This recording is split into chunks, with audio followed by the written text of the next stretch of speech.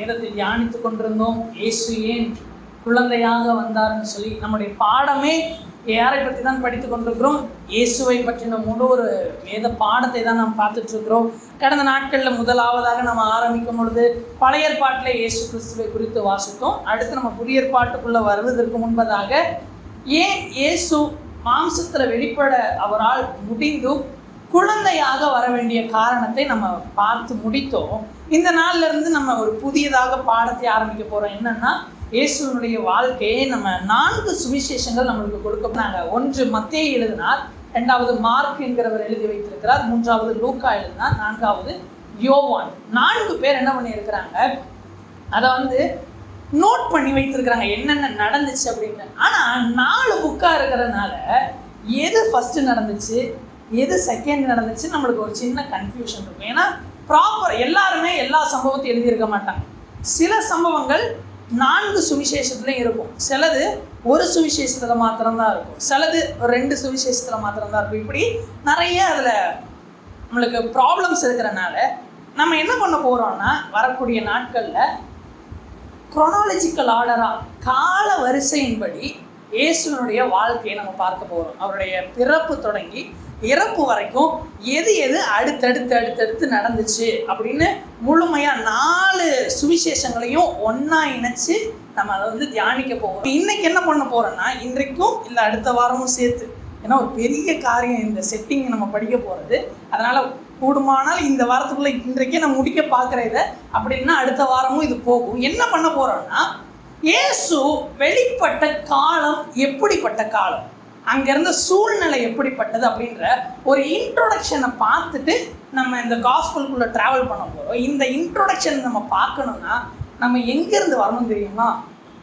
Genesis 1:1 நம்ம வந்தால் தான் இயேசு வாழ்ந்த காலத்தோட அந்த சூழ்நிலையை நம்ம புரிஞ்சுக்கொள்ள முடியும். நான் முடிந்த அளவுக்கு வேகமாக போகிறேன். இது உங்களுக்கு பிரயோஜனமாக இருக்கும். ஒருவேளை உங்களுக்கு ஏற்கனவே தெரிந்திருக்குமானால் சந்தோஷம், இல்லாவிட்டால் இன்றைக்கி தெரிந்து கொள்ளுங்கள்.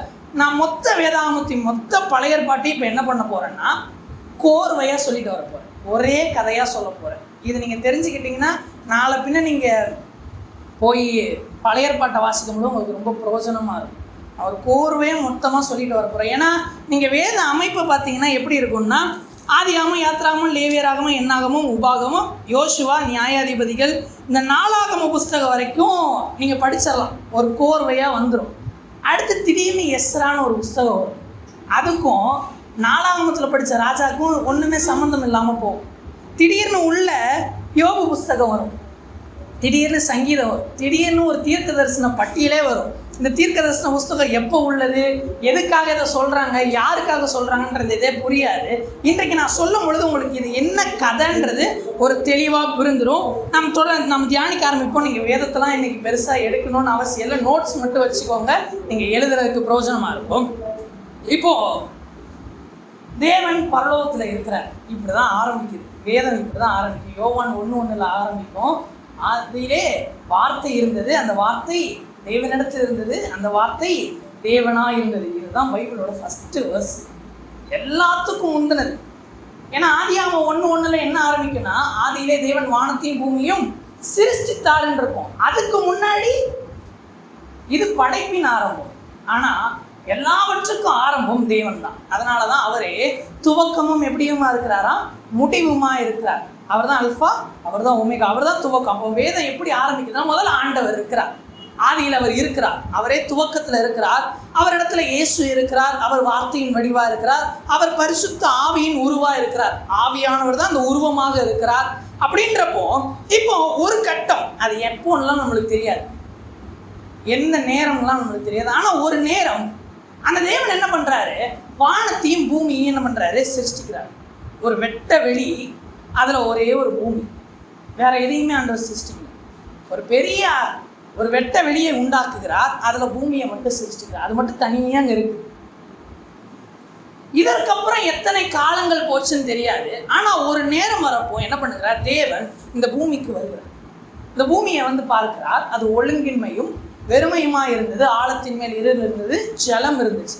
ஆண்டவர் என்ன பண்ணுறாரு, படைப்பை ஆரம்பிக்கிறார். இங்கே தான் படைப்பு ஆரம்பிக்குது.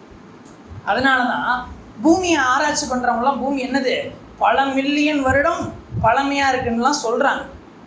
இது ஓரளவுக்கு வேதத்தோடு ஒத்து போகும், முற்றிலுமாய் ஒத்து போகாது. ஆனால் பூமி எப்பொழுது உண்டாக்கப்பட்டுச்சுன்ற காலம் நம்மளுக்கு தெரியாது. பூமி தான் இந்த அண்ட சராசரத்திலே பழமையான ஒன்று. வேதம் சொல்லுகிறது, ஆதியிலே தேவன் வானத்தையும் பூமியை மட்டும் சிருஷ்டித்தார், மற்ற எல்லாம் அதற்கு பின்பாக சிருஷ்டிக்கிறது. இப்போ கர்த்தர் எல்லா படைப்பையும் முடிச்சு ஆதாமை உண்டாக்குகிறார். ஆதாமை தமக்குன்னு உண்டாக்குகிறார். ஆனால் ஆதாம் என்ன பண்ணுறான்? பாவத்தில் விழுந்து போயிடுறான். அவன் பாவத்தில் விழுந்ததுக்கு அப்புறம் அவனுக்கு 2 பிள்ளைகள் பிறக்கிறாங்க, காயின், ஆபேல் என்று. இந்த காயின் என்ன பண்ணுகிறார்? ஆபேலை கொன்று போட்டுறாரு. அந்த ஆபேலுக்கு பதிலாக மறுபடியும் ஆதாம் ஒரு குழந்தையை பெற்றெடுக்கிறான். அந்த குழந்தையின் பேர் சேத். இப்போ இந்த சேத்தினுடைய சந்ததி கர்த்தருக்குள்ள இருக்கிறாங்க, காயினுடைய சந்ததி கர்த்தரை விட்டு போயிட்டாங்க. இப்போ அப்படியே கேமரா ஷிஃப்ட் ஆகி சேத்தினுடைய வாழ்க்கையில் வருது. இப்போ இந்த சேத்தினுடைய பரம்பரையில் ஒவ்வொரு மனிதர்களாக வந்துக்கிட்டே இருக்கிறாங்க. லாமேக், மெத்துசலா, ஏனோக் இப்படின்னு வந்துக்கிட்டே இருக்கும் பொழுது இதில் நோவா என்கிற ஒரு மனுஷன் வருகிறான். இந்த நோவாவின் நாட்களில் மக்கள் என்ன பண்ணுகிறாங்க? பாவம் பண்ணுறாங்க. பாவம் பண்ணும்போது கர்த்தர் பார்க்கிறார், இந்த உலகத்தின் மேலே இனி எனக்கு என்ன இல்லை, பிரியம் இல்லை, மனுஷன் மேலே பிரியம் இல்லைன்னு சொல்லிட்டு நோவாவையும் அவனுடைய குடும்பத்தாரை மட்டும் தனியாக கூட்டிகிட்டு வந்துட்டு மற்ற எல்லாத்தையும் அழிச்சிடுறாங்க. இப்போ காயினுடைய சந்ததி எல்லாம் அழிக்கப்பட்டுருச்சு. இப்போ எந்த லீனியேஜ் மட்டும்தான் இருக்கு? சேத்தினுடைய பரம்பரை மட்டும்தான், அந்த வம்சம் மட்டும்தான் இருக்கு. ஒருவேளை அந்த மருமக்கள்கள் யாருடைய வம்சத்தில் வந்திருக்கலாம், காயினுடைய வம்சத்தார்களாக இருக்கலாம், இல்லாமலும் இருக்கலாம், நம்மளுக்கு தெரியாது. ஆனால் இப்போ நம்ம ஃபோக்கஸ் எல்லாமே யாருடைய வம்சத்து மேலே போயிடுச்சு? சேத்தினுடைய வம்சத்தின் மேலே போகுது. இப்போ நோவா வருகிறார், நோவாவுடைய பிள்ளைகள் வருகிறாங்க. இவங்களுக்கு 3 மகன்கள், சேம், காம், யாப்பேத். இப்போ இந்த காம் அவனுடைய தகப்பனுக்கு விரோதமாக ஒரு காரியத்தை செய்தபடினாலே சபிக்கப்பட்டு அவன் ஒரு பக்கம் போயிடுறான், யாப்பேத் ஒரு பக்கம் போயிடுறான். இந்த சேமுடைய சந்ததியை கர்த்தர் தெரிந்தெடுக்கிறார். இதில் தான் யார் வரா? ஆபிரகாம் வருகிறார். ஆபிரகாம் ஊர் என்கிற பட்டணத்தில், கல்தேய பட்டணத்தில் வாழ்கிறாரு. ஒரு விக்கிரக ஆராதனைக்காரராக இருக்கிறவர் என்ன பண்ணுறாரு? ஆண்டவர் தமக்குன்னு தேர்ந்தெடுக்கிறார். எனக்கு ஒரு கூட்டம் வேணும், அதனால் நான் உன்னை தேர்ந்தெடுத்து உன்னை என்ன மாத்துறேன்? பெரிய ஜாதியாக மாத்திரம் வா அப்படின்னு ஆபிரகாமை கூட்டிகிட்டு போய் கானான் தேசத்தை அவனுக்கு தருவேன் வாக்கு பண்ணி அவனுக்கு ஒரு பிள்ளையை தருகிறார். அவனுடைய பேர் ஈசாக்கு. இந்த ஈசாக்குக்கு 2 குமாரர்கள் பிறக்கிறாங்க, யாக்கோபு, ஏசா. இதில் ஆண்டவர் ஏசாவை வெறுத்து விட்டார். யாரை நேசிக்கிறாரு? யாக்கோபை நேசித்து யாக்கோபை மறுபடியும் பிரித்து கொண்டு வருகிறார். அவனுடைய மாமனாகிய லாபானுடைய வீட்டுக்கு போகிறான். அந்த இடத்துல அவனுக்கு 12 குமாரர்களும் ஒரு குமாரத்தையும் பிறக்கிறார். தீனாள் என்கிற ஒரு குமாரத்தை பிறக்கிறார். 12 குமாரத்தையும் பிறக்கிறாங்க. இந்த 12 குமாரர்களையும் கர்த்தர் என்னவா மாத்துறாரு? 12 கோத்திரங்களாக மாற்றுகிறார். இப்போ எகிப்தில் பஞ்சம் வருது. யோசேப்பு எகிப்தில் இருந்து அங்கே அதிபதியாக இருக்கிறனால இந்த மொத்த குடும்பமும் மொத்தம் 70 பேராக என்ன பண்ணுறாங்க? எல்லாரும் எங்கே போகிறாங்க? எகிப்துக்கு போகிறாங்க. எகிப்துக்கு போயாச்சு. இப்போ யோசேப் இருக்கிறாரு, யாக்கோபு மரிச்சிடுறாரு. யோசேப் சொல்கிறாரு, நான் இருக்கிற காலம் வரைக்கும் உங்களை நான் என்ன பண்ணிக்கிறேன்? நல்லா பார்த்துக்கிறேன் அப்படின்னு சொல்லிட்டு நல்ல ஒரு பட்டணத்தை தந்து, மேய்ச்சலுக்கு ஏற்ற ஒரு கோசை நாட்டை தந்து நல்லா பார்த்துக்கிறாரு. இப்போ நாள் போக போக இந்த முற்பிதாக்கள் எல்லாரும் மறிக்கிறாங்க. இஸ்ரவேல் ஜனம் அங்கே பெருக ஆரம்பிக்குது எகிப்தில். இப்போ எகிப்தில் ஜனம் பெருக பெருக யோசேப்பை அறியாத ஒரு பார்வோன் வர்றாரு. இந்த யோசேப்பையே தெரியாத ஒரு பார்வோன் வர்றாரு. அவர் என்ன பண்ணுறாரு? இந்த ஜனம் ரொம்ப பெருகுதுன்னு சொல்லிட்டு இவங்களை அடிமைப்படுத்தி இவங்களை வேலை வாங்குறாரு. இப்படி இந்த அடிமைத்தனம் கொடுமை பெருக பெருக இந்த ஜனங்கள் என்ன பண்ணுறாங்க? தேவனை நோக்கி முறையிடுறாங்க. எங்கள் பிதாக்களுக்கு சொன்னீங்களே, இந்த தேசத்தை தருவேன்னு சொன்னீங்களே, இன்னைக்கு நாங்கள் இங்கே அடிமையாக இருக்கிறோமே அப்படின்னு சொல்லும் பொழுது தேவன் என்ன பண்ணுகிறாரு? மோசே அப்படின்னு ஒரு ரட்சகனை அவங்க கூட்டத்திலிருந்து எழுப்பி அவங்களுக்கு ரட்சிப்பாக தருகிறார். அந்த மோசே 80 வயசுல மறுபடியும் எகிப்துக்கு வந்து இந்த இஸ்ரவேல் ஜனத்தை என்ன பண்ணுகிறாரு? எகிப்தின் அடிமைத்தனத்திலிருந்து விடுவிச்சு வனாந்திர மார்க்கமா எங்க போறாங்க? வாக்குத்தத்தம் பண்ணப்பட்ட கானான் தேசத்தை நோக்கி போறாங்க. இதற்கிடையில நிறைய பாவங்கள் வருது, நிறைய பிரச்சனைகள் வருது. இதெல்லாத்திலும் சில கூட்டத்தார் மரித்து போறாங்க. வனாந்தரத்துல பிறந்த பிள்ளைகள் என்ன பண்றாங்க? வளருகிறாங்க. இப்போ கானான் கிட்ட வந்தாச்சு. மோசேயும் மரித்து போயிட்டாரு. அப்போ யோசுவா என்கிற மோசேயனுடைய உடன் ஊழியக்காரன் எழும்பி இஸ்ரவேல் ஜனத்தை எங்க கூட்டிட்டு போறாரு? கானானுக்குள்ள கூட்டிட்டு போயிறாரு. கூட்டிட்டு போய் பா எல்லாருக்கும் இந்த ஏரியா நீங்கள் போய் என்ன பண்ணுங்க? சண்டை போட்டு ஒவ்வொரு இடத்தையும் பிடிச்சிக்கோங்க அப்படின்னு சொல்லியாச்சு. இப்போ தேசம் அமைதலாக மாறுது. எல்லாரும் இஸ்ரவேல் ஜனங்கள் வாக்குத்தத்தம் பண்ணப்பட்ட கானானுக்குள்ள வந்தாச்சு. இப்போ ஒவ்வொரு நேரமும் என்ன ஆகுது? ஜனங்களுக்கு தேவை வரும் பொழுது கர்த்தர் என்ன பண்ணுகிறாரு? ஜனங்களை வழி நடத்துவதற்காக நியாயாதிபதிகளை எழுப்புகிறார். ஜட்ஜஸ். இப்போதான் நம்ம யோசுவா புக்கை தாண்டி எங்கே வந்திருக்கிறோம்? ஜட்ஜஸ்க்கு வந்திருக்கிறோம். இப்போ தேவன் ஒவ்வொரு காலகட்டத்திலையும் ஜனங்கள் சில பாவங்கள் செய்வாங்க, தவறு செய்யணுன்னே ஏதாவது ஒரு அந்நிய ஜாதியார்கள் இடத்துல அவங்கள ஒப்பு கொடுத்துருவாரு. அவங்க அடிமையிலாக இருப்பாங்க. அவங்க ஜெபிக்கும் பொழுது ஒரு நியாயாதிபதியை எழுப்புவார். மொத்தம் வேதத்தில் 16 நியாயாதிபதிகள் இருக்கிறாங்க. இதில் சிலர் நல்ல நியாயாதிபதிகள் கிடையாது. எதில் ஆரம்பிக்கும்னா வேதத்தில் ஒத்னியேல் என்கிற ஒரு நியாயாதிபதியில் தான் இந்த நியாயாதிபதிகள் என்ற இந்த கூட்டம் ஆரம்பிக்கும். ஒத்னியேலுக்கு அடுத்து ஏகூத் என்கிற மனிதன் வருவா. ஏகூருக்கு அடுத்து சம்கார் என்கிற ஒரு மனிதன் வருவா. சம்காருக்கு அடுத்து தெபோரால் நியாயாதிபதியாக இருப்பாங்க. தெபோராலுக்கு அடுத்து கிதியோன் நியாயாதிபதியாக இருப்பார். கிதியோனுக்கு அடுத்து அவனுடைய மகன் அபிமெலேக் என்கிறவன் நியாயாதிபதியாக வருவான். ஆனால் அவன் நல்ல நியாயாதிபதி கிடையாது. கொஞ்ச நாட்கள்லேயே அவன் மரித்து போகிறான். அப்புறம் தோலா என்கிறவர் நியாயாதிபதி ஆகிறார். யாவீர் என்கிறவர் நியாயாதிபதி ஆகிறார். எப்தா, இப்சான், ஏலோன், அப்தோன், சிம்சோன். இந்த சிம்சோன் வரைக்கும் நியாயாதிபதிகள் இப்படி அப்பப்போ போயிட்டே இருக்கிறாங்க. இப்போ இந்த சிம்சோனுக்கு அடுத்து என்ன நடக்குதுன்னா ஒரு பெரிய கேப். ஜனங்களை நடத்துவதற்கு யாரும் இல்லை. ஜனங்கள் தங்கள் இஷ்டம் போல ஒரு வாழ்க்கையை வாழ்கிறாங்க. இப்படி போயிட்டு இருக்கு. இதற்கு இடையில தான் யாருடைய கதை நடக்குதுன்னா ரூத்தினுடைய கதை நடக்குது. நியாயாதிபதிகள் நியாயம் விசாரிக்கும் நாளில் தான் இந்த ரூத்தினுடைய சம்பவங்கள்லாம் நடந்து முடியுது. இப்போ இப்படி நாட்கள் போகுது. இப்போ அடுத்து யார் நியாயாதிபதியாக இருக்கிறாங்கன்னா ஏலி என்கிற மனிதன் நியாயாதிபதியாக இருக்கிறார். ஏலி தான் நம்ம சாமுவேல் புஸ்தகத்தில் சாமுவேல் தேவாலயத்தில் இருக்கும் பொழுது அங்கே இருந்த ஹை பிரீஸ்ட், பிரதான ஆசாரியன் தான் இந்த ஏலி. இந்த ஏலி நியாயம் விசாரித்து கொண்டிருக்கிறான். இந்த ஏலியின் நாட்களில் என்ன ஆகுது? அவனுடைய பிள்ளைகள் எல்லாரும் ரொம்ப மோசமாக நடக்கிறாங்க. அதனால தேசத்தை கர்த்தர் என்ன பண்ணுகிறாரு? ஒப்பு கொடுக்குறார். பெலிஸ்தியர் கையில் ஒப்பு கொடுக்குறார். பெலிஸ்தியர் என்ன பண்ணுகிறாங்க? உடன்படிக்கை பெட்டியை பிடிச்சிட்டு போயிடுறாங்க. இப்போ உடன்படிக்கை பெட்டி பிடிபட்டு போயிடுச்சு. ஏலியும் மரித்து போகிறார். அவனுடைய பிள்ளைகளும் மரித்து போகிறாங்க. கர்த்தர் யாரை தேர்ந்தெடுக்கிறாரு? சாமுவேலை தேர்ந்தெடுக்கிறார். சாமுவேல் அடுத்த நியாயாதிபதியாக மாறுகிறார். இப்போ சாமுவேல் நியாயம் விசாரித்து கொண்டிருக்கிறார். சாமுவேலுக்கு முதிர் வயதாகுது. முதிர் வயதாகும் போது சாமுவேல் என்ன பண்ணுறாரு? யோவேல், அபியா என்கிற அவனுடைய 2 குமாரர்களையும் நியாயாதிபதியாக வைக்கிறார். ஆனால் ஜனங்க என்ன பண்ணுறாங்க? எங்களுக்கு நியாயாதிபதியெல்லாம் வேணாம், எங்களுக்கு மற்ற ஜாதியாருக்கு இருக்கிறது போல என்ன வேணும்? ராஜா வேணும் அப்படின்னு கேட்குறாங்க. நல்லா பாருங்க, வேதத்தை ஆரம்பிக்கும் போது கர்த்தர் ஒரு சந்ததியை தெரிந்து கொண்டு வருகிறார். அவர்களுக்கு ஒரு இடத்தை வாக்குத்தத்தம் பண்ணுகிறார். அந்த வாக்குத்தத்த பூமிக்கு அந்த ஜனங்களை கொண்டு வந்து விடுகிறார். அப்பப்போ அவங்களுக்கு தேவைப்படும் பொழுது யாரை தருகிறார்? நியாயாதிபதிகளை தருகிறார். ஆனால் ஜனம் இப்போ என்ன பண்ண ஆரம்பிச்சிருச்சு? எங்களுக்கு யார் வேணும்னு கேட்க ஆரம்பிச்சிட்டாங்க. ராஜா வேணும் அப்படின்னு கேட்க ஆரம்பிச்சோடனே இப்போ இருந்து ராஜாக்களுடைய காலம் வேதத்தில் ஆரம்பிக்குது. சாமுவேல் என்ன பண்ணுகிறார்? சவுல் என்கிறவனை ராஜாவாக அபிஷேகம் பண்ணி ஏற்படுத்துகிறார். இந்த சவுல் தேவனுடைய பார்வைக்கு சரியா இல்லை. அதனால தேவன் என்ன பண்ணுகிறார்? சவுலை தள்ளி தாவீது என்ன பண்ணுகிறாரு? ராஜாவை ஏற்படுத்துகிறார்.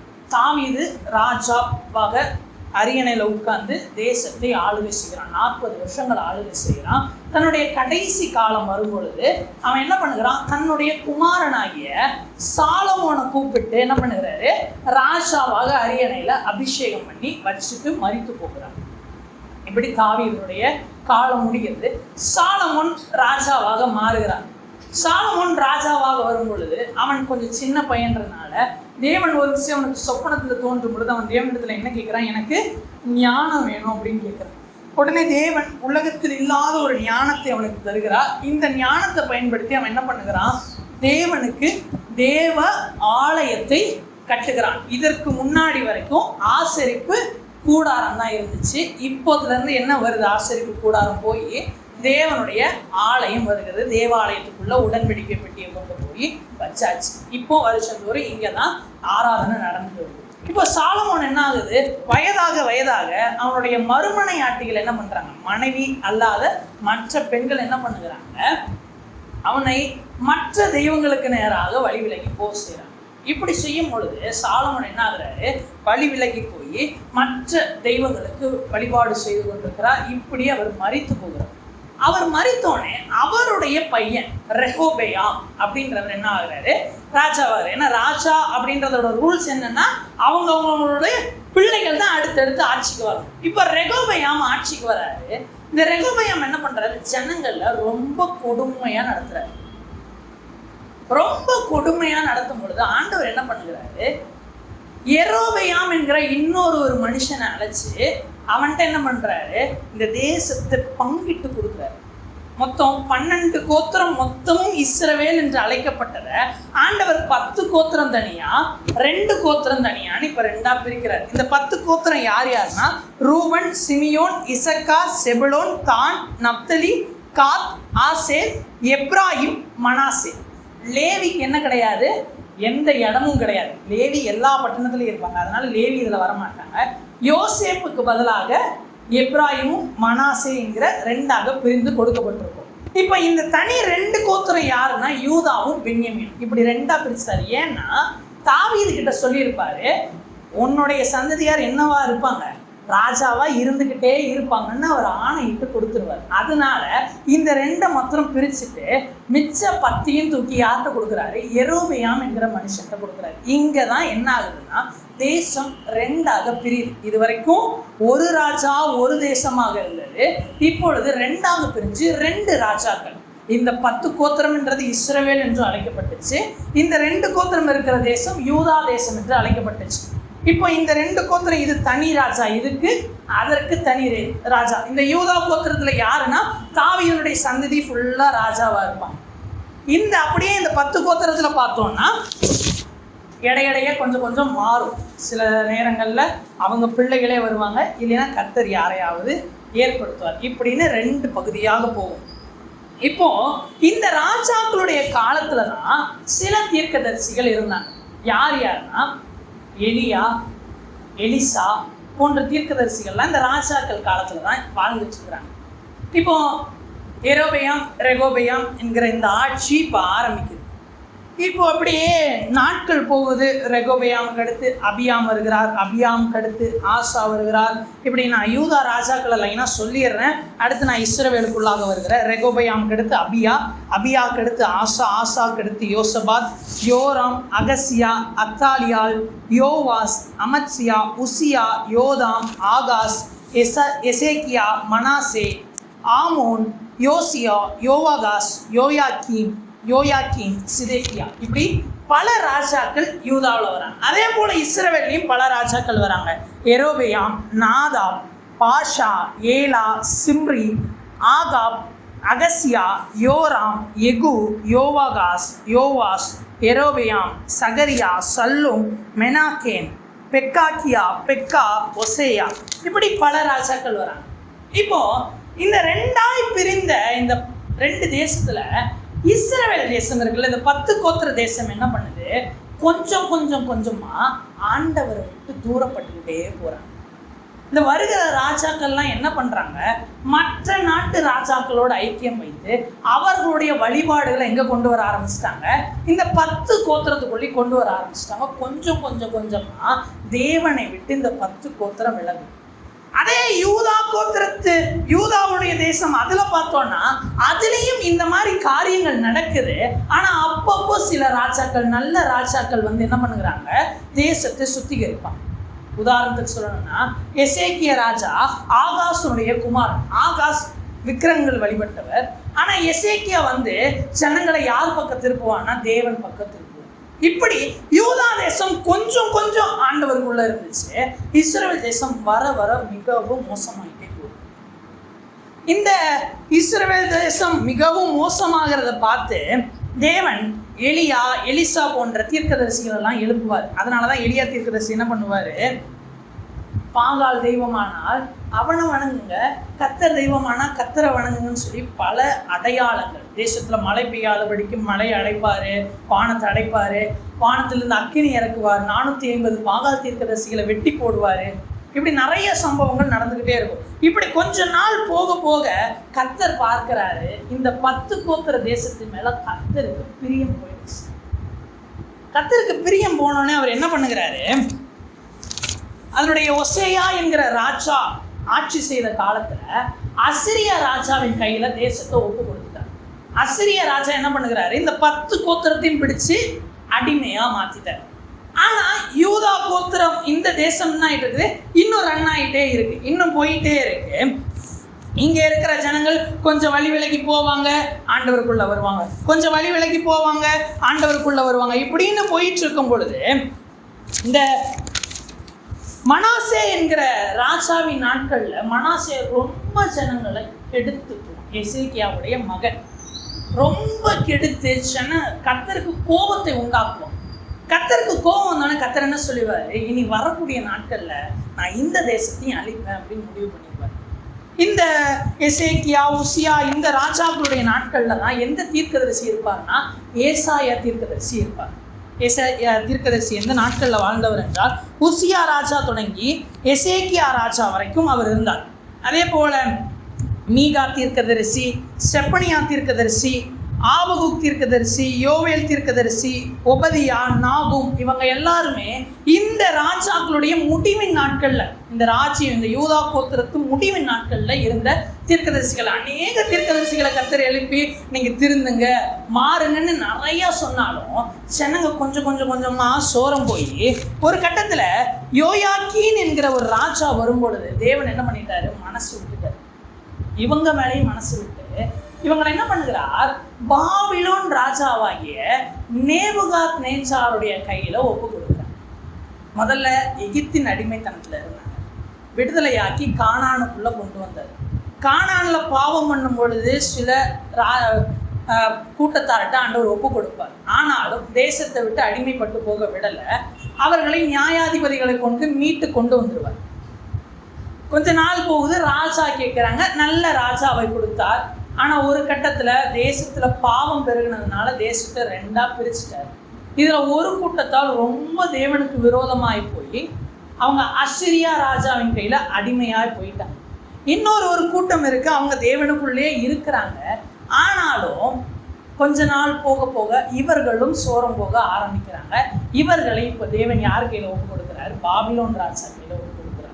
இவங்க மாத்திரமல்ல, அசீரிய தேசமும் பாபிலோனுடைய ஆட்சிக்கு கீழே வருது. மொத்த உலகத்தின் பாதியும் என்ன பண்றாரு, பாபிலோன் ராஜாவாகிய நேபுகாத்நேச்சார் பிடிக்கிறார். ஒரு பெரிய ராஜாவாண்டவர் எழுப்பி விடுகிறார். இப்போ இது வரைக்கும் நான் சொன்னது உங்களுக்கு புரியும் நினைக்கிறேன். இது வரைக்கும் இருக்கிற புக்கை நான் ஆர்டர் வைஸ் பண்ணிடுறேன். இனி அடுத்த வேற ஷிஃப்ட் ஆக போகிறோம். இது வரைக்கும் நம்ம பார்த்தது எந்தெந்த புத்தகத்தை பார்த்துருக்கிறோம் என்றால் ஆதியாகமம், யாத்ராகமம், லேவியராகமம், எண்ணாகமம், உபாகமம், யோசுவா, நியாயாதிபதிகள், ரூத், 1 சாமுவேல், 2 சாமுவேல், 1 ராஜாக்கள், 2 ராஜாக்கள். அப்புறம் தீர்க்க தரிசன புஸ்தகங்களில் ஏசாயா, எரேமியா,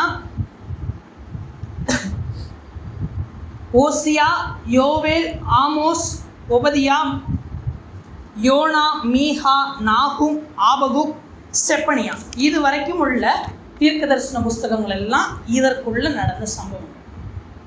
இதற்கிடையில யோபு எங்க வராருன்னு கேட்டால், யோபு எப்போ வாழ்ந்தவர் என்றால் ஆபிரகாமின் நாட்களில் வாழ்ந்தவர். ஆபிரகாம் ஊர் என்கிற கல்தேய பட்டணத்தில் வசித்த அந்த நாட்களில் தான் யோபு வாசம் பண்ணினார்.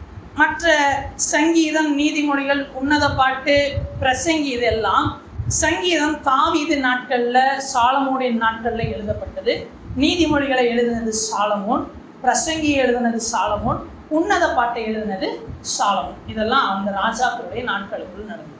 இப்போ ஜனம் என்ன ஆயிட்டாங்க, பாபிலோன் ராஜாவாகிய நேபுகாத்நேச்சார் கீழே அடிமையாக போயிட்டாங்க. இப்போ இந்த ஏசியா ஃபுல்லாக யாருடைய கண்ட்ரோலுக்குள்ளே வருதுன்னா பாபிலோன் ராஜாவுடைய கண்ட்ரோலுக்குள்ளே வருது. இந்த நேபுகாத்நேச்சார் என்ன பண்ணுறாரு, ஜனங்களை அவருடைய பழக்கத்தின்படி தெய்வங்களுடைய வழிபாடுகளுக்குள்ளாக நடத்துகிறாரு. சிலரை என்ன பண்ணுகிறாங்க, அடிமையாக பிடிச்சிட்டு எங்கே போயிட்டாங்க, பாபிலோனுக்கு போயிட்டாங்க. சில ஜனங்களை எருசலேம், இஸ்ரவேல்லே விட்டுருக்குறாங்க. ஆனால் என்ன பண்ணிட்டாங்க, முழு எருசலேமையும் எரிச்சிட்டாங்க. எரிச்சு தேவாலயத்தை இடிச்சு போட்டுட்டாங்க. சாலமோன் கட்டின தேவாலயம் இப்போ என்ன ஆகுது, இடிக்கப்பட்டு போகுது. அதுக்குள்ளா இருக்கிற உடன்படிக்கை பெட்டி காணாமல் போகுது. இதை நல்லா ஞாபகம் வச்சுக்கோங்க. இந்த இடம்தான் வேதத்தில் உடன்படிக்கை பெட்டி கடைசியாக காணப்படுகிற இடம். இதுக்கப்புறம் உடன்படிக்கை பெட்டி இன்றளவும் கண்டுபிடிக்கப்படவில்லை. அந்த உடன்படிக்கை பெட்டி என்ன ஆச்சு, எங்கே போச்சுன்னு தெரியாது. சில சரித்திர பிரகாரமாக சொல்லப்படுகிற காரியம், எரேமியா தீர்க்கதரிசி அதை எங்கேயோ கொண்டு போய் என்ன பண்ணிட்டாரு, ஒழிச்சு வச்சுட்டாரு. இவ்வளோதான். இந்த ஒரு சின்ன க்ளூவை வச்சு இன்றளவும் இஸ்ரவேலிலே உடன்படிக்கை பெட்டிக்கான தேடல் போயிட்டு இருக்கு. இன்னைக்கு என்ன நம்புறாங்கன்னா, அந்த எருசலேம் தேவாலயம் இருந்த இடத்துல இப்போ ஒரு மசூதி இருக்குல்ல, அந்த மசூதியின் அடித்தட்டில் அது இருக்கு, அதை நாங்கள் பிடிச்சி எடுப்போன்னு இன்னும் நம்பிக்கிட்டு இருக்கிறாங்க. நடக்குமா நடக்காத தெரியாது. ஆனால் இதுதான் உடன்படிக்கை பெட்டி காணப்பட்ட கடைசி இடம். இப்போ நேபுகாத்நேச்சார் பிடிச்சிட்டு போறாரு. இங்கே இஸ்ரவேல் எருசலேம் பகுதிகளில் ஒரு எரேமியா தீர்க்கதரிசியை விட்டுட்டு போறாரு. நீ ரொம்ப நல்ல மனுஷன்பா, நான் வருவேன், நீ வந்து முன்னாடியே இன்ஃபார்ம் பண்ணிட்டு இருந்தியாமே, கேள்விப்பட்டேன், அதனால நான் உனக்கு என்ன பண்றேன், தயை காட்டுறேன், நீ இங்கேயே இறங்கி விட்டுட்டு போயிடுவார். அந்த நேரத்தில் எரேமியா தீர்க்கதரிசி அழுது புலம்புனது தான் புலம்பல் என்கிற புத்தகம். ஜனங்கள் எல்லாம் பிடிச்சிட்டு போறாங்க, இவரை இங்கே விட்டுட்டு போறாங்க. இதை தாங்க முடியாம அவர் அழுத அழுகை தான் புலம்பல் புஸ்தகம். அதே போல இன்னொரு தீர்க்கதரிசி எசேக்கியேல் தீர்க்கதரிசி. சிலர் என்ன பண்ணப்படுறாங்க, பாபிலோனுக்கு கொண்டு போறாங்க. அப்படி கொண்டு போனது தான் யாரு, தானியேல், சாத்ராக், மேஷாக், ஆபேத்நேகோ போன்ற புருஷர். இதுல தானியேல் ஒரு தீர்க்கதரிசி. இப்போ பாபிலோனுக்கு போயாச்சு, அடிமை ஆயாச்சு. இப்போ ஜனங்கள் வந்து கர்த்தரை நோக்கி விண்ணப்பம் பண்றாங்க. தானியேல் என்ன பண்ணுகிறாரு, 3 வேளை செபிக்கிறாரு. தேவன் நேபுகாத்நேச்சாரை தொடுகிறார். நேபுகாத்நேச்சாரு கர்த்தரை அறிந்து கொள்ள சில வாய்ப்புகள் வரும். முதலாவது, ஒரு சொப்பனத்துக்கு அர்த்தம் சொல்லப்பட்டதுனாலே தானியேலுடைய தேவனை அவன் நம்புகிறான். சாத்ராக், மேஷாக், ஆபேத்நேகோ வாழ்க்கையில நன்மை நடக்கிறத பார்த்து இவர் தான் மெய்யான தேவன் புரிந்து கொள்கிறான். ஒரு கட்டத்துல நான் கட்டின மகா பாபிலோன் இதுவேன் பெருமை பாராட்டும் போது ஆண்டவர் என்ன பண்ணிடுவாரு, அவனை மிருகத்தை போல புல்லு மேய விட்டுருவார் 7 வருஷம். அதுக்கப்புறம் உயிரோ திரும்ப புத்தி தெளிந்து வந்து இவர் தான் மெய்யான தேவன் அப்படின்னு அறிந்து கொண்டு நல்ல ஒரு வாழ்க்கையை வாழும். இந்த நேபுகாத்நேச்சாருக்கு அடுத்து அவனுடைய மகன், அவனுடைய பேர் என்னவென்றால் ஏவில் மெரோதாத். சிலருக்கு ஒருவேளை டவுட் வரலாம், பெல்ஷாத்சார் தானே, யார் இந்த ஏவில்? வேதம் சொல்லுகிறது, இந்த ஒரு வசனத்தை மாத்திரம் வாசித்துருவோம். 2 ராஜாக்கள் 25வது அதிகாரம் 27வது வசனம். யூதாவின் ராஜாவாகிய யோயாக்கீனுடைய சிறையிருப்பின் 37வது வருஷம் 12வது மாதம் 27ஆம் தேதியிலே ஏவில் மெரோதாத் என்னும் பாபிலோன் ராஜா அப்படின்னு இருக்குல்ல, இவர் தான் நேபுகாத்நேச்சாருடைய மகன். நேபுகாத்நேச்சாருக்கு அடுத்து பாபிலோனை ஆட்சி செய்தவர் இந்த ஏவில் மெரோதாத் என்கிறவர். இவரை நேபுகாத்நேச்சாருடைய மருமகன் என்ன பண்ணிடுறாரு, கொலை பண்றாரு. இது வேதத்துல இல்லாதது, சரித்திரத்துல உள்ளது. நான் கொஞ்சம் அப்படியே சொல்லிட்டு போயிடுறேன். கொலை பண்ணி அவர் ஆட்சிக்கு வருகிறார். அவருடைய பேர் என்னன்னா நெரிக்லேசார் அப்படின்றவர். இந்த நெரிக்லேசாருடைய பையன் பேர் வந்து லபாஷி மாத்தூத். இந்த லபாஷி மாத்தூத்தை வந்து நபோனினஸ் அப்படின்ற ஒருத்தர் கொலை பண்றாரு. இந்த நபோனினஸோடைய மகன் தான் தானியேல் புஸ்தகத்தில் காணப்படுகிற பெல்ஷாத்சார். நல்லா புரிஞ்சுக்கோங்க, நேபுகாத்நேச்சார், அவருடைய பையன் பேரு ஏவில் மெரோதாத். இந்த ஏவில் மெரோதாத்தை நெரிக்லேசர் அப்படின்றவர் கொலை பண்ணி, இந்த நெரிக்லேசர் யாருன்னா நேபுகாத்நேச்சாருடைய மருமகன், கொலை பண்ணி ஆட்சியை பிடிக்கிறாரு. இந்த நெரிக்லேசருடைய பையன் பேர் வந்து லபாஷி. இந்த லபாஷிய நபோனினஸ் அப்படின்றவர் கொலை பண்றாரு. கொலை பண்ணி அவருடைய பையனை அந்த இடத்துல ராஜாவா உட்கார வைக்கிறாரு. இவர் தான் பெல்ஷாத்சார். இந்த பெல்ஷாத்சார் என்ன பண்றாரு, ராஜாவானோடனே இந்த தேவாலயத்தின் பொருட்கள் இருக்குள்ள, குடிச்சிட்டு வந்த பொருட்களை எடுத்து அதுல மதுபானம் ஊற்றி தன்னுடைய வைப்பாட்டிகளோட மது அருந்துகிறார் அவருடைய அரண்மனையில. அப்போ ஒரு விரல் மட்டும், ஒரு கை மட்டும் தோன்றி மெனே மெனே தெக்கேல் உப்பாசீன் அப்படின்னு செவுத்துல எழுதிட்டு காணாம போயிடுச்சு. இப்போ ராஜாவுக்கு ஒரு பயம், இது என்னன்ட்டு. அப்போ அங்கே எல்லார்ட்டையும் கேட்கும் பொழுது அவங்க சொல்லுகிறாங்க, தானியேல் என்கிற ஒரு மனுஷன் இருக்கிறான், முந்தின ராஜாக்களுக்கெல்லாம் இப்படிப்பட்ட புரியாத காரியங்களை விடுவிக்கிறதுல அவன் தான் தேர்ந்தவன், அவனை கூப்பிடுவோம் அப்படின்ட்டு அவன் வந்து இதை வாசித்து அர்த்தம் சொல்லுகிறான். நீர் தராசிலே நிறுத்தப்பட்டு குறைவாய் காணப்பட்டீர் அப்படின்ட்டு. அப்படின்னு சொன்ன அன்று ராத்திரி என்ன ஆகுது, இதுவரைக்கும் பாபிலோன் ஆட்சி செய்துட்டு வந்தாங்கல்ல, கர்த்தர் இந்த ஆட்சியை பிடுங்கி மேதிய பெர்ஷிய சாம்ராஜ்யத்துக்கிட்ட ஒப்பு கொடுக்குறாரு. இப்போ ஒரு பெரிய ஷிஃப்ட் ஆகுது. முதல்ல பாபிலோன் கிங்டம் இருந்துச்சு. இந்த பெல்ஷாத்சாருடைய நாட்கள்ல இந்த கிங்டமை ஆண்டவர் வேற ஒருத்தர் கையில கொடுக்குறாரு. அது என்ன ராஜ்யம் என்றால் மேதிய பெர்ஷிய சாம்ராஜ்யம். இந்த மேதிய பெர்ஷிய சாம்ராஜ்யத்துல இப்ப வந்து பிடிச்ச அந்த ராஜா பேர் என்ன தெரியுமா? கோரேஸ். ஹிஸ்டரியில கூட இவங்கெல்லாம் ரொம்ப பெரிய ஆள். இந்த நேபுகாத் நேச்சார் ரொம்ப பெரிய ஆள். இந்த கோரேஸ் இங்கிலீஷ்ல சொல்லுவாங்க சைரஸ் த கிரேட் அப்படின்னு தான் பேர். Cyrus the great. நீங்கள் வேணால் நீங்கள் வீடுகளில் போய் சரித்திரங்களை நீங்கள் பார்த்தீங்கன்னா இவங்கெல்லாம் பெரிய ராஜா. இந்த கோரேஸை குறித்து ஏசாயா தீர்க்கதரிசன புஸ்தகத்தில் நிறைய எழுதியிருக்கு. இந்த கோரேஸை ஏற்படுத்தினதே கர்த்தர் தான். எப்படின்னா, ஒரு ராஜ குலத்தில் பிறந்த இந்த மனுஷன் அவனுடைய குடும்பத்திலிருந்து ஒதுக்கப்பட்டு ஆடு மேய்க்கிறவனா சுற்றிட்டு இருந்தார்.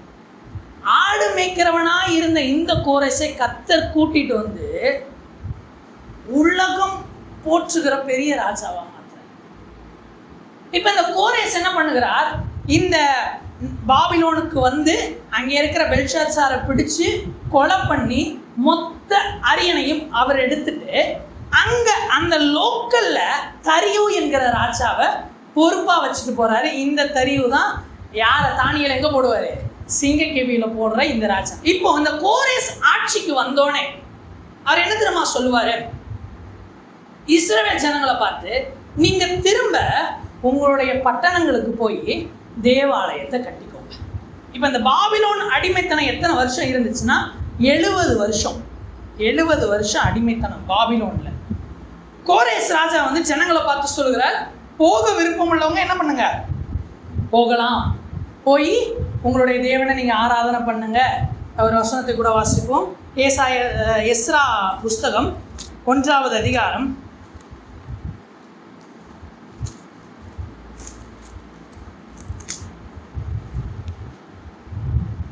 1வது வசனம்.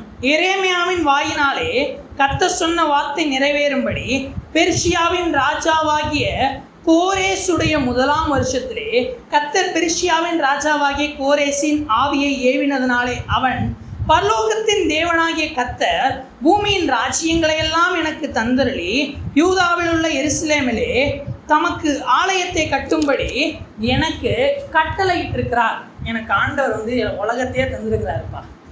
அவர் என்கிட்ட என்ன சொல்லியிருக்கிறாரு, என் ஜனத்தை போய் என்ன கட்ட சொல்லு, ஆலயத்தை கட்ட சொல்லு அப்படின்னு. இப்போ என்ன நடக்குதுன்னா, செருபாபேல் எஸ்ரா என்கிற 2 பேரோட தலைமையில ஒரு கூட்டத்தார் எங்க திரும்ப வராங்க, எருசலேமுக்கு திரும்ப வராங்க. இந்த கதை தான் எஸ்ரா புஸ்தகத்துல இருக்கும். இப்போ ஒரு கூட்டத்தார் திரும்ப வந்துட்டாங்க. கோரேசுடைய ராஜ்யம் நடக்குது. கோரேஸ் தேவாலயத்தின் பொருட்கள் என்னென்னலாம் அங்கே பாபிலோனில் இருந்துச்சோ எல்லாத்தையும் என்ன பண்ணுறாரு, எடுத்து கொடுத்து அனுப்பி விடுகிறார். இப்போ எஸ்ரா செருபாபேல் வந்து என்ன பண்ணுகிறாங்க, தேவாலயத்திற்கு அஸ்திபாரம் போட்டு வேலையை ஆரம்பிக்கிறாங்க.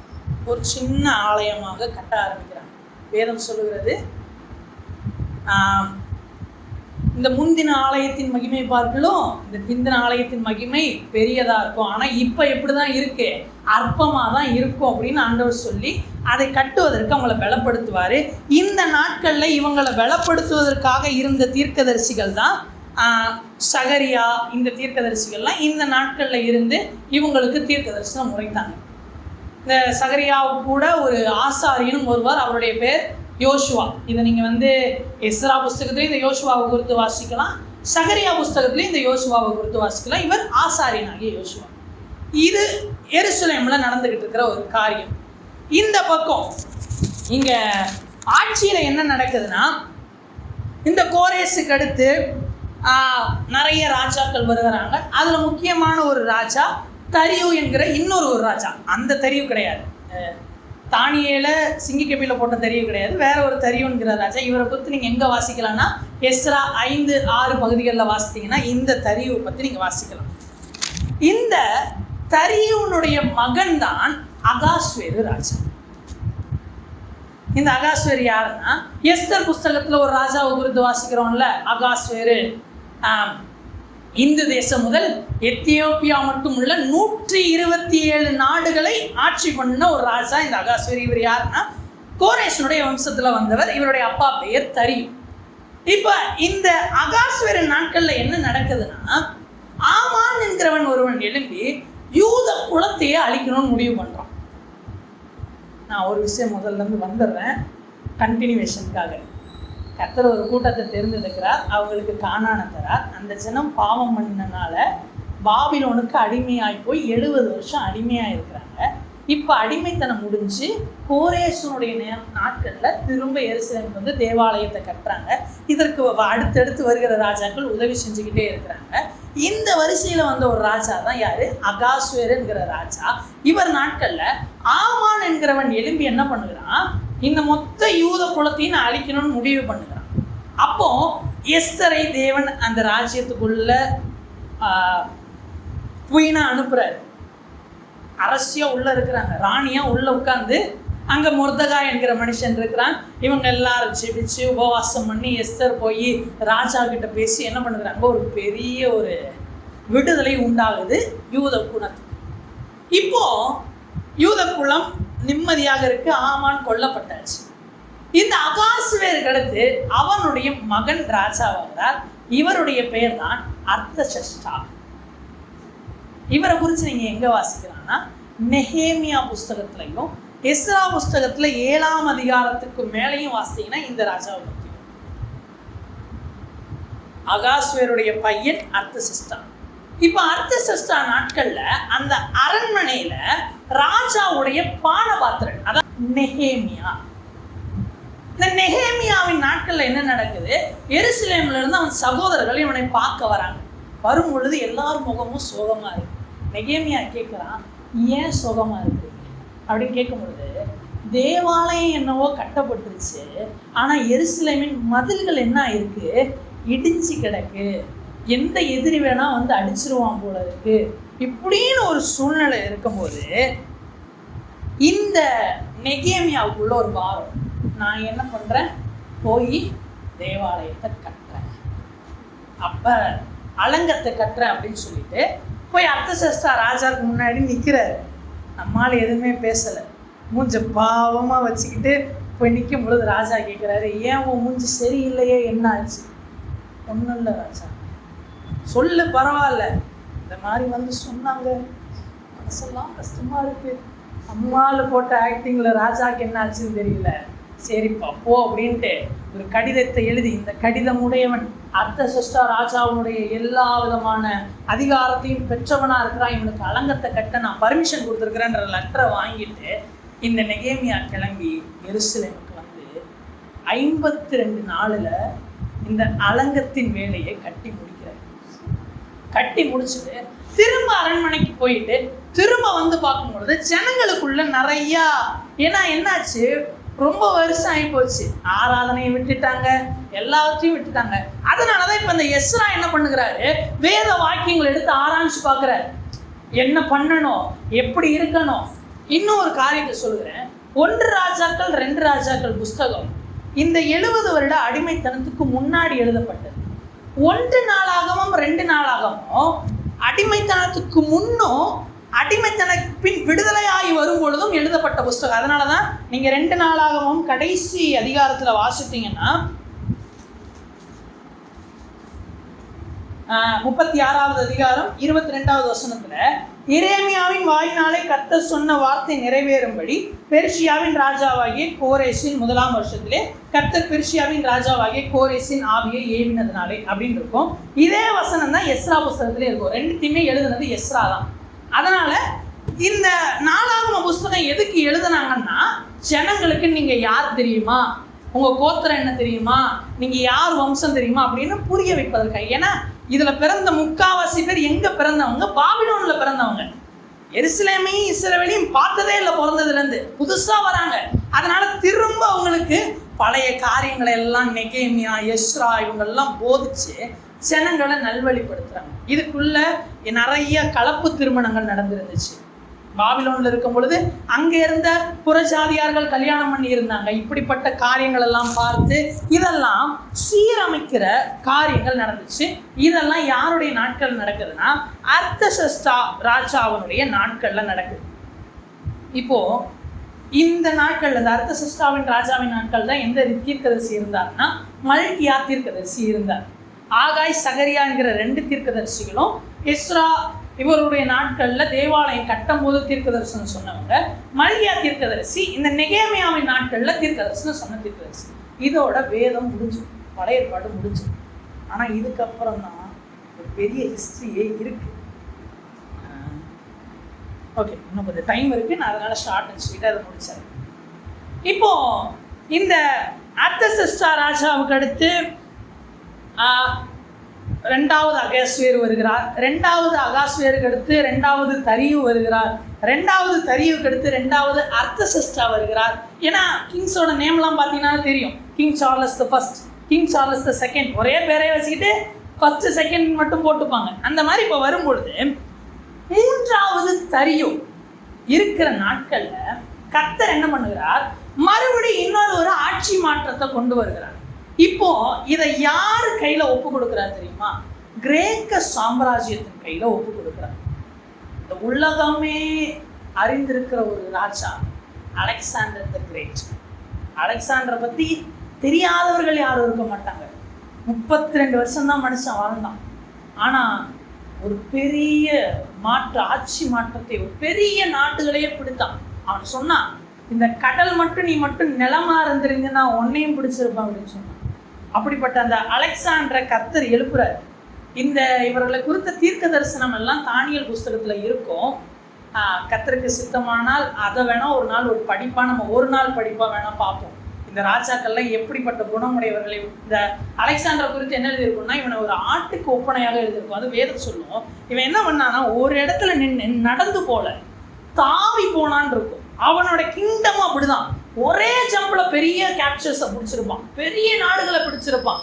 இப்போ அலெக்சாண்டர் கீழே இப்போ இந்த ஆட்சி வருகிறது. இந்த தரியு 3வது தரியுவை அவன் கொன்று இவன் ஆட்சியை பிடிக்கிறான். இந்த காரியங்களை நீங்க வாசிக்கணும்னா தானியேல் 8ஆம் அதிகாரம் 8ஆம் வசனம் 22வது வசனத்துக்குள்ள நீங்க போய் வாசிச்சீங்கன்னா இந்த அலெக்சாண்டர் குறித்த காரியங்கள்லாம் இந்த 8ஆம் அதிகாரத்துல எழுதியிருக்கு. இந்த அலெக்சாண்டர் தன்னுடைய 32வது வயசுல என்ன பண்ணுகிறாரு, மரிச்சு போகிறாரு. இவருக்கு கீழே ராஜ்யம் 4ஆக பிரிக்கப்படுது. 4 ராஜ்யமா உடையுது. கெசாண்டர், லிசிமேக்கஸ், செலிஷியஸ், பிளாட்டமி. இவங்கெல்லாம் நீங்கள் ஹிஸ்ட்ரியில் படிச்சீங்கன்னா ரொம்ப பெரிய இருக்கு.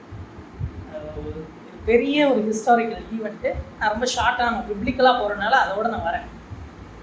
இப்போ இதில் அந்த கெசாண்டர், லிசிமேக்கஸ்ன்றவங்களாம் ஒரு பெரிய பொருட்டாக என்ன பண்ணல, 2 நார்த்து ரீஜனை வந்து செலிஷியஸ் அப்படின்றவர் ஆட்சி பண்ணுறாரு. சவுத், அதாவது தெற்கு திசையை வந்து பிளாட்டமி அப்படின்றவர் ஆட்சி பண்ணுறாரு. இந்த தெற்கு பகுதி பிளாட்டமி ஆட்சி பண்ணாருல்ல, இதில் வந்தவங்க தான் கிளியோபெட்ரா. கிளியோபெட்ரா எல்லாருக்குமே தெரியும், கருப்பு அழகின்னு சொல்லுவாங்க. அந்த கருப்பு அழகி வந்ததெல்லாம் இந்த பிளாட்டமி அப்படின்றவங்களது. இப்போ இப்படி 2ஆ பிரிந்ததுல இந்த செலிஷியஸ் வட பகுதியை ஆட்சி பண்ண இந்த வம்சத்தில் வந்த ஒரு மனிதன் தான் ஆன்டியாக்கஸ் IV எபிபானஸ் அப்படின்னு சொல்லுவாங்க. ஆன்டியாக்கஸ் IV எபிபானஸ். அந்த பெரிய கொம்பு உடைந்து 4 சிறிய கொம்புகள் தோன்றின. இந்த 4 கொம்புகள் மத்தியிலிருந்து ஒரு சின்ன கொம்பு தோன்றினதுன்னு தானியேல் புஸ்தகத்தில் எழுதியிருக்கோம். அந்த சின்ன கொம்பு தான் இந்த ஆன்டியாக்கஸ் IV எபிபானஸ். இவன் என்ன பண்ணுகிறான், அவன் ஆட்சியில வந்தோடனே இந்த யூதர்களை பிடித்து இவர்களுடைய வழிபாடுகளை குலைத்து போடுவது தான் அவனுடைய பழக்கமா இருந்துச்சு. அதுல அருவருப்பை உண்டாக்கணும்னு சொல்லி இவன் என்ன பண்ணுவான், தேவாலயத்துல மத்தியில போய் உடன்படிக்கை பெட்டி இருக்க வேண்டிய இடத்துல போய் அசுத்தமான காரியங்களை வைப்பான். இவன் தான் வரப்போகிற அந்தி கிறிஸ்துவுக்கு முன் அடையாளமானவன். நீங்க வெளிப்படுத்தின விசேஷம் 17வது அதிகாரம் அதனுடைய 8வது வசனம், நீ கண்ட மிருகம் முன்னே இருந்தது, இப்பொழுது இல்லை, அது பாதாளத்திலிருந்து ஏறி வந்து நாசமடைய போகிறது அப்படின்னு இருக்கும். அதாவது இயேசு அந்தி கிறிஸ்துவ குறித்து சொல்லும் போது என்ன சொல்லுவாருன்னா, இந்த மிருகம் ஆல்ரெடி இருந்துச்சு இந்த உலகத்தில், இப்போ கிடையாது, இப்போ கரண்ட்ல கிடையாது, ஆனால் இது பாதாளத்திலிருந்து என்ன பண்ணும், ஏறி வரும். இது யாரை குறித்த காரியம்னா இந்த ஆன்டியோகஸ் போர் எபிபனஸ் பற்றினது. இவன் தான் முதலாவது இருந்த அந்தி கிறிஸ்துவின் முன் அடையாளம். எப்படி வரப்போகிற கிறிஸ்துவுக்கு வழியை ஆயத்தம் பண்ணுகிறவனாக யோவான் ஸ்நானகன் இருந்தானோ, பழைய ஏற்பாட்டில் எப்படி நிழலாம் நிறைய பேர் இருந்தாங்களோ, அந்த மாதிரி வரப்போகிற அந்தி கிறிஸ்துவுக்கு ஒரு நிழல் தான் இந்த ஆன்டியோகஸ் போர் எபிபனஸ். இப்போ இவன் என்ன பண்ணுகிறான், தேவாலயத்தில் போய் எதை வைக்கிறான், அசுத்தத்தை வைக்கிறான். அப்போ யூத ஜனங்கள் என்ன பண்ணுகிறாங்க, இவனுக்கு எதிராக போர் பண்ண ஆரம்பிக்கிறாங்க. நீங்கள் ஆர்சி வேதாகமத்தில் படித்து பார்த்தீங்கன்னா அதில் ஒரு புத்தகம் இருக்கும், மக்கபேயர்கள் அப்படின்ட்டு. இந்த மக்கபேயர்கள்ன்ற கூட்டம் எழும்பி என்ன பண்ணுகிறாங்க, இந்த ஆன்டியோகஸ் போர் எபிபனஸுக்கு எதிராக போராடி இந்த எருசலேம், இந்த இஸ்ரவேல் ஜனங்கள் மறுபடியும் ஒரு விடுதலையை பெற்று சுதந்திர நாடாக அறிவிக்கிறாங்க. இனி காலம் போக போக இந்த மக்கபேயர்களுடைய வம்சத்தில் வந்தவங்க இந்த எருசலேமை நியாயம் விசாரித்து கொண்டிருக்கிறாங்க. கிமு 63 கிட்ட வரப்போ என்ன ஆகுது, இந்த மக்கபேயர்களுக்குள்ளேயே உள்நாட்டு போர் வருது, சிவில் வார் வருது. சிவில் வார் வந்தோடனே இதை பயன்படுத்தி ஒரு பெரிய ராஜ்யம் உள்ள நுழைந்தது. அந்த ராஜ்யம்தான் ரோம ராஜ்யம். இந்த கிரேக்க ராஜ்யத்திற்கு ஒரு முடிவு வந்து அடுத்து இப்போ கிமு 63வது காலத்தில் ஒரு புதிய ராஜ்யம் ஆரம்பிக்குது, ரோம ராஜ்யம். பாம்பே த கிரேட் அப்படின்றவர் இதை டேக் ஓவர் பண்ணுகிறார். Bombay the great. ரோமர்களில் ராஜாக்கள்னு சொல்ல மாட்டாங்க, எம்பரஸ்ன்னு தான் சொல்லுவாங்க, பேரரசு அப்படின்னு தான் சொல்லுவாங்களே தவிர்த்து ராஜான்னு சொல்லிக்க மாட்டாங்க. இந்த பாம்பே த கிரேட் பேரரசர் தான் வந்து இப்போ என்ன பண்ணுகிறாரு, உள்ள நுழைஞ்சு எல்லா கண்ட்ரோலையும் தான் கையில் எடுக்கிறார். பாபிலோன் ஆட்சி, அது விழுந்து மேதிய பெர்ஷிய சாம்ராஜ்யம், அது விழுந்து கிரேக்க சாம்ராஜ்யம், கிரேக்கம் விழுந்து ரோம சாம்ராஜ்யம். இதை தான் நேபுகாத்நேச்சார் தான் சொப்பனத்தில் பார்த்துருப்பார். தலை தங்கமாக இருக்கும், உடல் வந்து வெள்ளி, இடுப்பு வெண்கலமாக இருக்கும், கால்கள் வந்து இந்த முட்டிக்கு கீழெல்லாம் இரும்பாக இருக்கும், பாதம் வந்து இரும்பும் களிமண்ணும் கலந்ததாக இருக்கும். தங்கம் பாபிலோன் ராஜ்யம், வெள்ளி மேதிய பெர்ஷிய சாம்ராஜ்யம், வெண்கலம் கிரேக்க சாம்ராஜ்யம், இந்த இரும்பு ரோம சாம்ராஜ்யம். இந்த கிமு 63ல் பாம்பே த கிரேட் வராரு. இந்த பாம்பே த கிரேட் என்ன பண்ணுறாரு, சட்ட ஒழுங்குகள் இதை எல்லாவற்றையும் சரி செய்துட்டு இருக்கப்போ இவருக்கு விரோதமாய் ஒரு மனிதன் எழும்பி அவரை கொலை செய்கிறான். அவர் தான் யார் தெரியுமா, இவரையும் உங்களுக்கு நிறைய பேருக்கு ஒரு வேளை தெரிஞ்சிருக்கலாம், ஜூலியஸ் சீசர். ஸ்கூல்ஸ்லாம் சின்ன பிள்ளைங்கலாம் ட்ராமா போடுவாங்க, ப்ரூட்டஸ் வந்து என்ன பண்ணுவார், குத்தி கொலை பண்ணிடுவார். யூடியூப் ப்ரூட்டஸ்ன்ற அந்த டைலாக் தெரியாத ஒரு மனிதர்களே இருக்க மாட்டாங்க. அந்த மாதிரிப்பட்ட ஒரு கேரக்டர் ஜூலியஸ் சீசர். இந்த ஜூலியஸ் சீசர் என்ன பண்ணுறாரு, இந்த பாம்பே த கிரேட்டை கொன்று அவருடைய இடத்துக்கு ஆட்சிக்கு வரார். அவர் ஆட்சி செய்து கொண்டிருக்கிறார். இந்த ஜூலியஸ் சீசருக்கு விரோதமாக ப்ரூட்டஸ் என்கிற மனுஷன் ஒரு பெரிய ஒரு கூட்டத்தை ஏற்படுத்தி அவரை குத்தி கொண்டு போடுறாங்க. அவருடைய உடம்புல கத்தி குத்தின் காயங்கள் காணப்பட்டதாக சரித்திரம் நம்மளுக்கு குறிப்பிடுது. இவங்க குத்தி கொண்டுட்டு இந்த இடத்துல இன்னொரு மனிதன் வந்து உட்கார்ந்தா, அவர் தான் அகஸ்டஸ் சீசர். அதாவது தமிழ்ல சொல்லணும்னா அகஸ்து ராயன். இயேசு பிறக்கிற நேரத்துல குடிமடி மதிப்பு எழுதும்படியாக யார் ஆர்டர் போட்டது, அகஸ்து ராயனுடைய ஆணையின்படி குடிமடிப்பு எழுத போனாங்கல்ல, இந்த அகஸ்து ராயன் இவர் தான் இப்ப அடுத்து ஆட்சிக்கு வருகிறார். இப்போதான் நம்ம எங்க வந்திருக்கிறோம், புதிய ஏற்பாட்டுக்குள்ள நம்ம நுழைஞ்சு இயேசு பிறக்க போற நேரத்துக்கு வரும். இந்த அகஸ்து ராயன் எப்போ ஆட்சிக்கு வருகிறார் என்றால் கிமு 27ல் ஆட்சிக்கு வருகிறார். இவரை குறித்து நம்ம வேதத்தில் எங்கே வாசிக்கிறோம்னா லூக்கா 2ஆம் அதிகாரம். இப்போ சொன்ன வசனம் லூக்கா 2ஆம் அதிகாரம் அதனுடைய 1வது வசனம். லூக்கா 2:1. அந்நாட்களிலே உலகமெங்கும் குடிமதிப்பு எழுதப்பட வேண்டும் என்று அகஸ்திராயனால் கட்டளை பிறந்தது அப்படின்னு இருக்கும். வேதம் அங்கங்கே எழுதப்பட்டிருந்தாலும் இதெல்லாம் ஒரே நேர்கோட்டில் கர்த்தர் அமைச்சு வச்சிருக்கிறார். எழுதுனது அநேகர் எழுதியிருக்கிறாங்க. 40க்கும் மேற்பட்டோர் எழுதுனது தான் இந்த வேதாகம். எத்தனை 4000 ஆண்டு வித்தியாச காலங்களில் எழுதப்பட்டது தான் பழைய ஏற்பாடு. ஆனால் இது எல்லாம் ஒரு நேர்கோட்டில் அமைஞ்சிருக்கு. எதுக்கு தெரியுமா? வரப்போகிற கிறிஸ்துவுக்காக. இவ்வளவு ஹிஸ்டரி. இதை மறுக்க இந்த உலகத்தில் யாராலும் முடியாது. ஏன்னா இது உலக வரலாறு. ஆனால் இந்த உலக வரலாறை நிர்ணயித்தவர் இந்த உலகத்துல இவன் தான் ராஜாவா வரணும், இவன் தான் மந்திரியா இருக்கணும், இவனை கொல்லணும், இவன் தான் அடுத்து வரணும், இவன் நாட்கள்ல இது இப்படி மாறணும் அப்படின்னு முதற்கொண்டு அவர் குறித்து வைத்து அவர் எப்படிப்பட்ட காலத்துல பிறக்கிறார் தெரியுமா? இரும்பின் சாம்ராஜ்யம் வந்த ரோமர்களுடைய காலத்துல வருகிறார். இப்ப இந்த சாம்ராஜ்யம் எப்படிப்பட்டதுன்னா அதை மாத்திரம் நான் சொல்லி நான் முடிக்கிறேன்.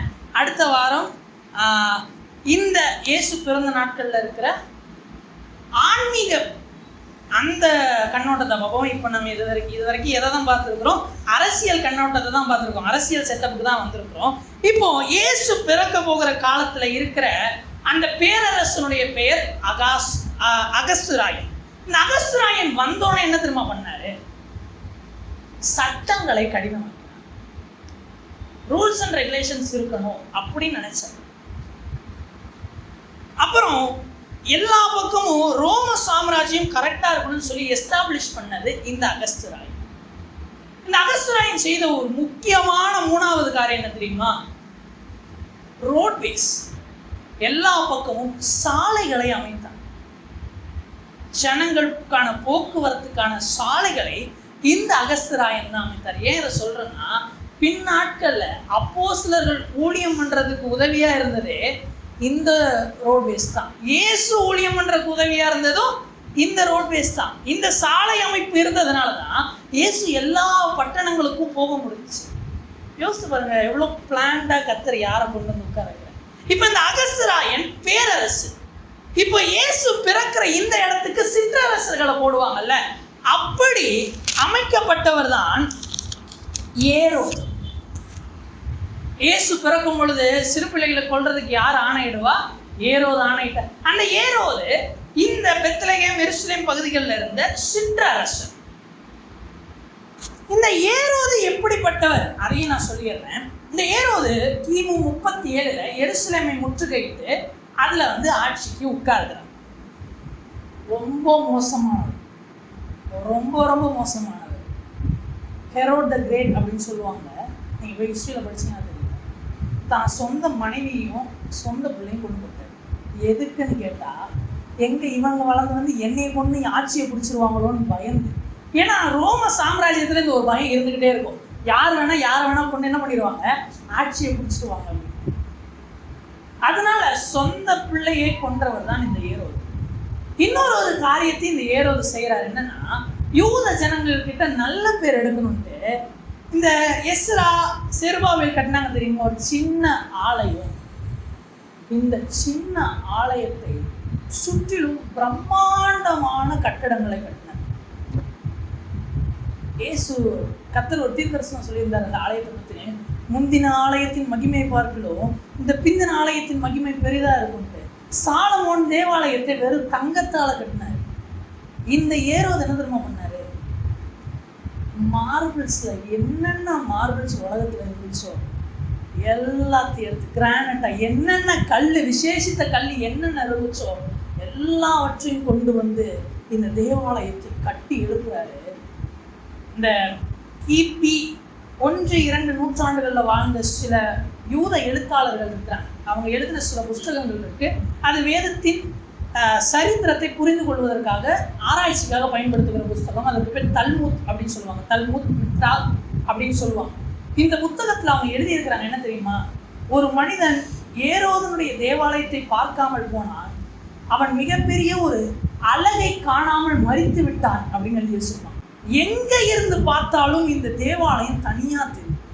தேவாலயத்தை சுற்றிலும் பெரிய பெரிய மண்டபங்களை கட்டினாங்க.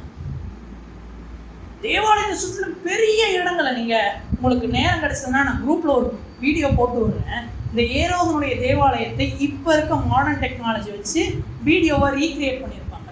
அதை அனுப்புகிறேன், நீங்கள் வேணால் அதை பாருங்கள். பார்க்க கண்ணு பத்தாதுங்க. ஆண்டவர் சும்மா ஒரு வார்த்தையை சொல்ல மாட்டார். முந்தின ஆலயத்தின் மகிமையை பார்க்கிறோம், பிந்தின ஆலயத்தின் மகிமை பெரியதாக சும்மா சொல்ல மாட்டார். இவ்வளவு இந்த சரித்திரமும் என் தேவன் திட்டம் பண்ணினதும் அவர் நிறைவேற்றினார். இவ்வளவு மோசமான ஒரு ராஜாவுடைய நாட்கள்ல தான், ஒரு சிற்றரசனுடைய நாட்கள்ல தான் இயேசு வந்து பிறக்கிறார். அதனாலதான் இந்த சிற்றரசன் ஒரு ராஜா பிறந்துட்டார் அப்படின்னு கேட்டோன்னே என்ன பண்ணுவாரு, எல்லாரையும் கொள்ளுகிறதுக்கு ஆணையிடுவார். இதுதான் இயேசு பிறந்த அரசியல் சட்டம். இதனுடைய ரூல்ஸ் அண்ட் ரெகுலேஷன்ஸ் மற்றும் இதனுடைய ஸ்பிரிச்சுவல், அதாவது ரிலீஜியஸ் செட்டப்பை வரக்கூடிய வாரத்தில் பார்ப்போம். ஆனால் நம்ம இதுலேருந்து ஒன்றை நம்ம அறிந்து கொள்ளலாம். என்ன தெரியுமா, என் தேவன் திட்டம் பண்ணினது எத்தனை நாட்கள் சென்றாலும் நிச்சயமாக அவர் ஒரு வார்த்தை சொல்லி அது என்னைக்கு அது தரையில் விழுதாவா விழுந்தே போவார். பாருங்களேன், என்றைக்கு திட்டம் பண்ணின திட்டங்கள். ஆதியாகமம் 3ஆம் அதிகாரம் 15வது வசனத்துல சொன்னாரு, உன் வித்துக்கும் அவள் வித்துக்கும் பகை உண்டாக்குவேன், அவர் உன் தலையை நசுக்குவார், நீ அவள் குதிகாலை நசுக்குவான். அங்க சொன்ன வாக்குத்தத்தம் நிறைவேறுவதற்கு இடையில எவ்வளவு பெரிய வரலாறு. இதுல எந்த வரலாறும் அவர் அறிவிக்காமல் நடக்கவே இல்லை. இந்த ராஜா தான் வருவான், இத்தனாவது ராஜா சாவான். தானியேலுடைய புஸ்தகத்துல வாசித்தீங்கன்னா அப்படியே இவனுடைய பொண்ணை இவன் கட்டிட்டு போவான், அதனால அவங்க 2 பேருக்கு சண்டை வரும், அதனால இந்த ராஜ்யம் உடையும் முதல் கொண்டு எழுதியிருக்கும். நான் இன்னும் ரொம்ப டீப்பா போல இந்த சரித்திரத்துக்குள்ள அதெல்லாம் போனா அப்படியே இன்ச் பை இன்ச் ஆண்டவர் முன்னாடி சொல்லி வச்சிருப்பாரு. இத்தனாவது ராஜால இந்த ஆட்சி மாறும், எல்லாம் எழுதப்பட்டு அவ்வளவு பக்காவானவர் வார்த்தைகள் ஒன்றும் தரையில விழுந்து.